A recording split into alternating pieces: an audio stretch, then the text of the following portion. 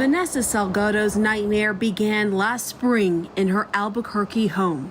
He was molesting my daughter. Salgado learned her live-in boyfriend, Bradley Wallen, had been sexually assaulting her 16-year-old daughter, Alexia, for years. She called the sheriff's department. We're going to try to get an emergency restraining order. On the body cam video, you can hear Alexia telling deputies about an argument. He was telling me that I had been acting like I had an attitude towards him. I couldn't keep it in, and I said, it's because you sexually assaulted me. And then he got out of his car and he admitted what he did. He told me it was wrong. Weeks later, Wallen spotted Alexia's car at a shopping center. He shot and killed her and her cousin, Mario Salgado, and then turned the gun on himself. It was Mother's Day. No parent wants to lose a child. No parent wants to see their child gone before them.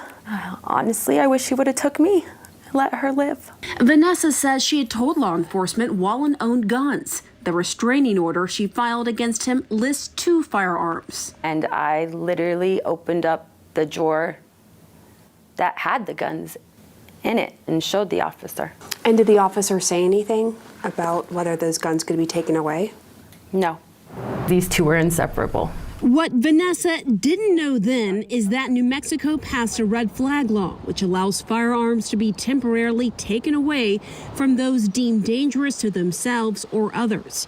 Deputies escorted Wallen as he retrieved his weapons from the home, along with his belongings. I said I was concerned he possibly might commit suicide. So you told law enforcement you were worried he would commit suicide? Yes, ma'am. That alone should have allowed Vanessa or the police to file what's called an extreme risk firearm protection order or gun restraining order. But she was never told of that option. I just wish I would have known. So I would have had the right path to protect my daughter and my nephew. The system failed on all facets. Sheriff John Allen wasn't in office last year when the murders happened, but he says there was a breakdown in the process. She did convey that he could harm himself. That seems to be an example of when guns should be taken away under this law, right? Correct. So was it a mistake they weren't? I don't think it was communicated correctly. The information wasn't relayed to the district attorney's office enough, and that could be from our detectives, that could be from family, that could be from witnesses, that could be from victims. What happened to the Salgado family is a key example of how difficult it can be to implement these life-saving laws in some states. Records obtained by CNN show New Mexico's red flag law has only been used about 30 times since it took effect in 2020.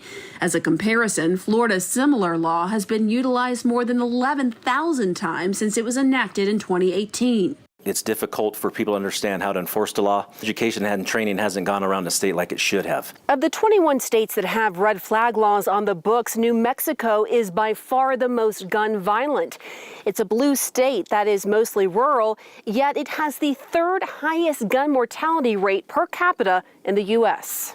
Even with that violence, New Mexico sheriffs petitioned against the passage of the law and created Second Amendment sanctuary counties where it wouldn't be enforced. A judge weighs every decision, but because red flag laws are relatively new, there tends to be misinformation. It's not law enforcement filing in a vacuum. There is a judge looking at the facts of the case and then making a determination based on that. Studies show red flag laws can work to diffuse potential violence. The key is making sure people know about them. I just want to have a voice for my kids, and I want this story to be told.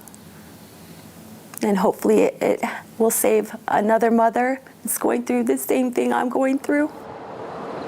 I want to thank Vanessa for sharing her story with us, the courage to sit down and share, given the death of her daughter and nephew. And experts say red flag laws are legally sound because they're based on domestic violence laws. A recent Johns Hopkins study showed red flag laws temporarily disarmed 660 people in 6 states who threatened to kill multiple people. Of course, no one is suggesting that all of those people would have gone on to commit murder, but experts say if even one life is saved, the laws are worth enforcing.